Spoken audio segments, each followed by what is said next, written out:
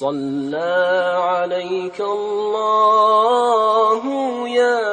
عدناني يا مصطفى يا صفوة الرحمن الحمد لله الذي أعطاني هذا الغلام الطيب الأرداني هذا الغلام الطيب الأرداني